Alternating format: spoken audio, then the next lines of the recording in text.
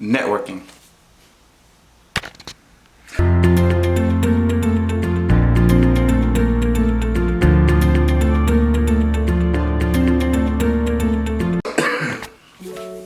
Hey yo, I'm DT and y'all the fam. This is Fam Talk. So let's do what? Let's talk about it. Let's give you something to talk about. Talk about it. No, we ain't talking about love today. Another episode, long time. Another episode, wow. But look, today's episode, we're talking about networking, the power of networking. Remember, if you watched the 3-part series of 5 minutes, I think in the 3rd episode, I said I wanted to explain the power of networking and why networking is so important. And see, a lot of this stuff, look, when I talk about this stuff, it's not about women. Women are a byproduct of the hard work that you put in, of the stuff that you do. In the result of making yourself better, you will be better with women, you will look more appealing with women and stuff like that. So the whole goal of this is not to get women, but I'm gonna show you the byproduct of what happens when you network. So we sit and we go to the club, and we're in there early because we're waiting on the show to start. Walk to the bathroom. There's a guy in there with a hookah who's cleaning his hookah out. Now, he's an Auburn fan, so I engage in this full-blown conversation with him about Auburn. And we go back and forth, we talk about football, dap each other up, my name is so-and-so, my name is so-and-so. So when we come back out, we're still I still sit down with them, I talk to them for like the first 30 minutes, because nobody's in there. And so we're just talking. I don't think nothing of it. But apparently the guy who I was networking with is kind of like a big name, or he's well known in the club. He's just pretty known in the city. I didn't know that. I'm just engaging in this conversation. So we sit and I talked to him for a couple minutes or whatnot though, and then I sit and we exchange numbers. We sit and we just go out. So we come the next night. I come back, and I remember I said in part 3. Yeah, it was part 3. I said that one of my homeboys who I network with hit me back up and said, "Hey, pull up." So when I pull up, I get ready to walk to the dance floor. He runs and grabs me. So, yo, before you get on the dance floor, just wanted to say, "What up, Wish? You speak to you, blah, blah, blah, whoop, whoop." Now, remember, this guy is well known. And sitting down where he's at, there's 6 women over there. So I'm not paying attention to this. I come over there, but I sit down. I sit and I dap him up, yo, blah, blah, whoop, whoop. He introduced me to each one of them. So remember in part 3, I was like, when I got introduced, I was able to kind of figure out which one. And the reason that was important, because that gave me social proof. It automatically gave me social proof because in theory, one of women's biggest fear is for her to think that you're alpha, or for her to think that you're popular, for her to think that you're this type of person. In reality, you're not. That's the reason they test you so much. They do certain things to verify what it is, to verify who you are. I mean, so men have their ways of doing it too. That's for a whole nother episode. But the fact that I networked with that gentleman opened the door for those different women. So from there, I said that, oh, wrong. Oh well, we'll keep it. But no, so from there, that's when the story picked up, as in I found the young lady who I end up talking to, and I end up getting her number, and we supposed to be going out, not this weekend, but maybe next weekend. So, but yeah, but all because I turned around and just networking. But then on top of that, I'm able to sit and, like, he's a businessman, so we can sit down and chat about some business stuff too.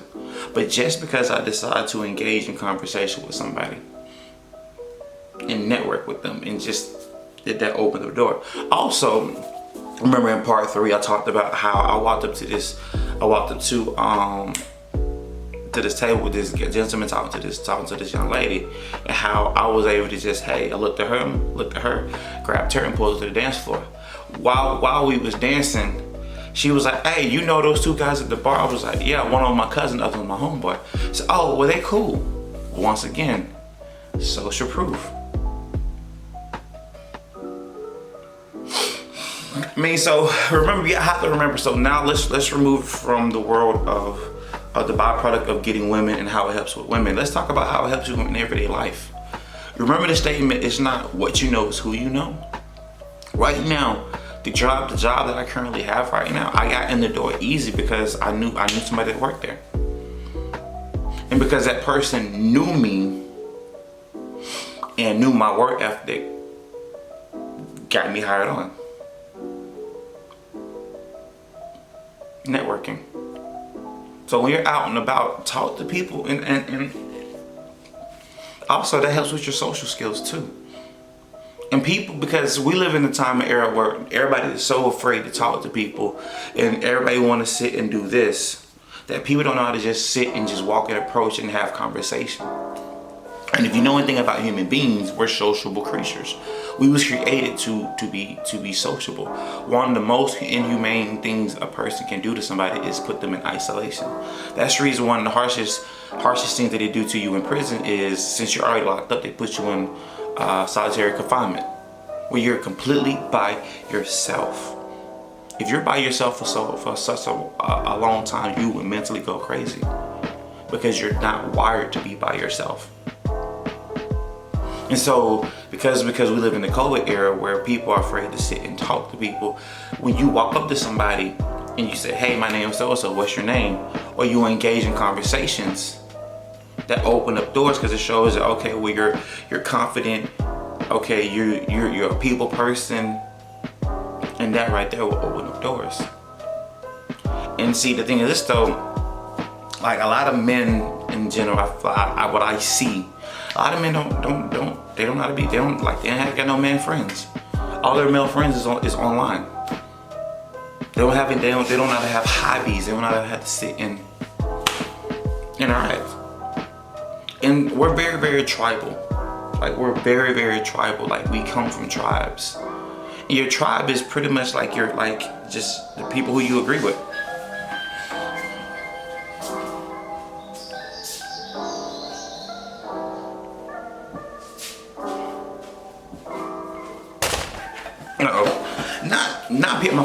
Not people who you agree with, but people who you get along with certain things. So when I play Apex, I have a tribe of people I play Apex with. I have a tribe of people who I work out with. I have a tribe of people who I party with. I have a tribe of people who I have intellectual conversations with. So I have a group I have a tribe for pretty much every part of my life. Like, my photography friends are my tribe in photography. And each one of them comes from networking. One of my best friends right now in photography, I met him at a fashion show. Shout out to Boss Photography. Met him at a fashion show. We sat down, we sat and we talked. We both were shooting. Hey, what you shoot with? I shoot with this. Boom, boom, boom, boom, whoop, de whoop, boom. Like the guy who ended up mentoring me in the photography, hit him up, yo, blase, whoop, de whoop. So networking is very, very important. It's very, very important. It is a vital thing in your life. It's something that you need to do, because you never know who is standing next to you. Once again, I end up a good friend of mine. We're out and about, and matter of fact, this is actually at the same club. Meet this gentleman. He introduced me to the gentleman. I started talking to him, blase, whoop de whoop. Trying to find out this nigga Joker is a PR. He's the PR for like a bunch of celebrities. I'm talking about big name awards. And here I am sitting down having a conversation with this guy, and I have no idea who he really is. I look on his Instagram like, oh my, what? That's who this guy is?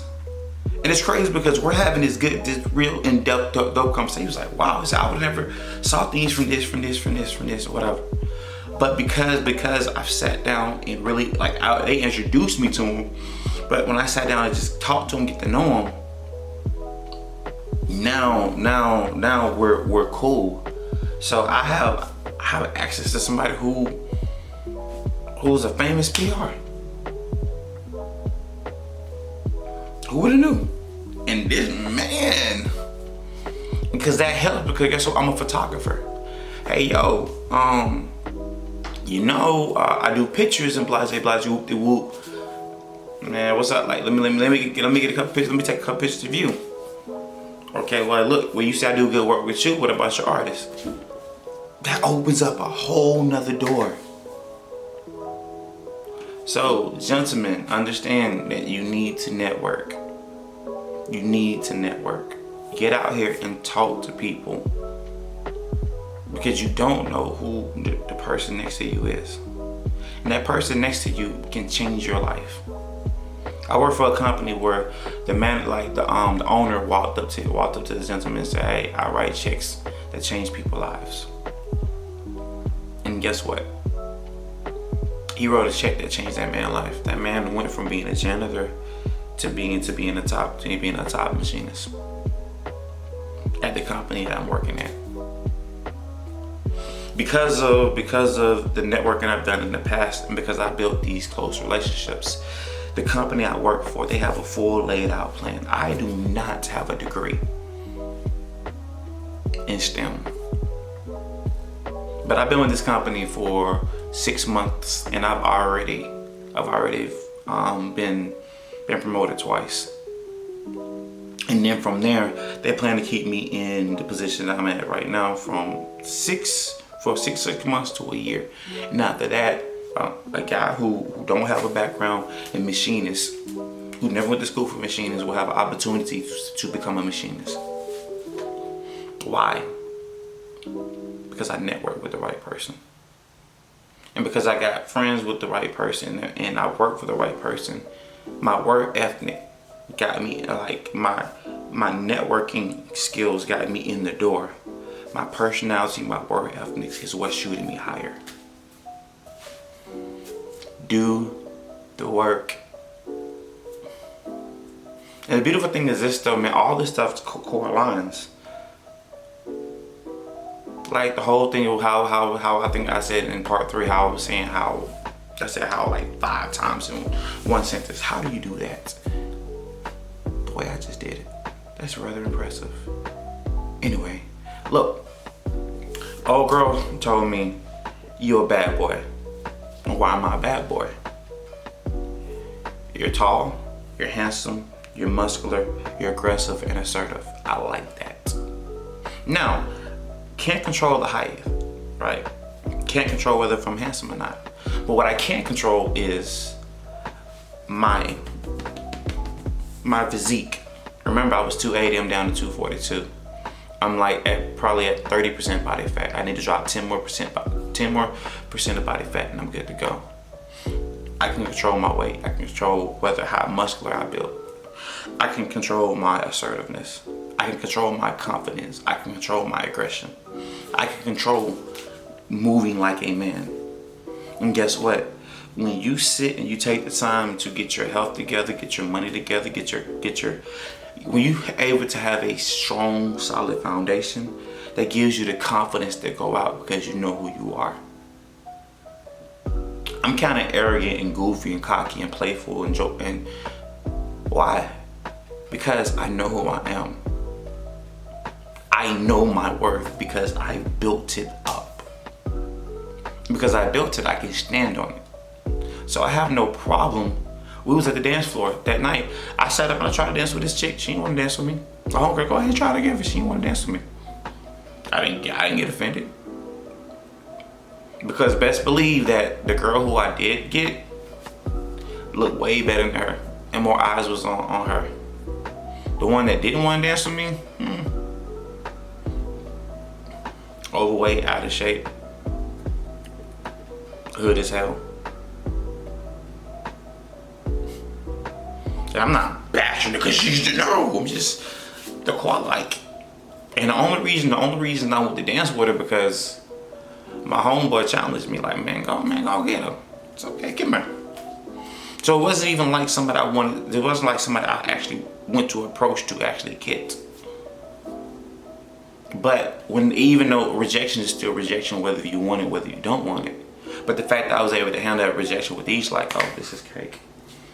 You, you have to have that arrogance about yourself, as in you knowing who you are and what you're capable of. I tell people this all the time. I know what I'm capable of, so I don't know about you. And see, the thing is though, like, and I do that with life. I don't know your boundaries, but I know mine. And as long as you don't cross mine, I'm good to go. Because I truly believe in the golden rule. I treat others as I want to be treated. Therefore, I don't say or do anything to somebody that I don't want done to me. So, but anyway, I found 6 minutes over, so let me end this video. Look, please like, comment, please. Look, y'all like, comment, subscribe, okay? Do that for your boy, With that being said, y'all folks be easy. Peace.